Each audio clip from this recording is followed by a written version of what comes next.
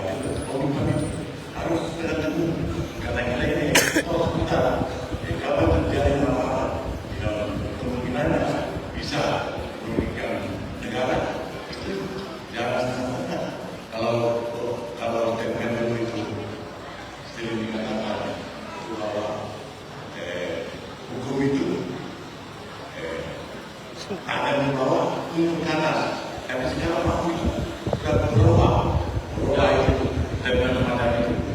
Download Tribun X sekarang, menghadirkan lokal menjadi Indonesia.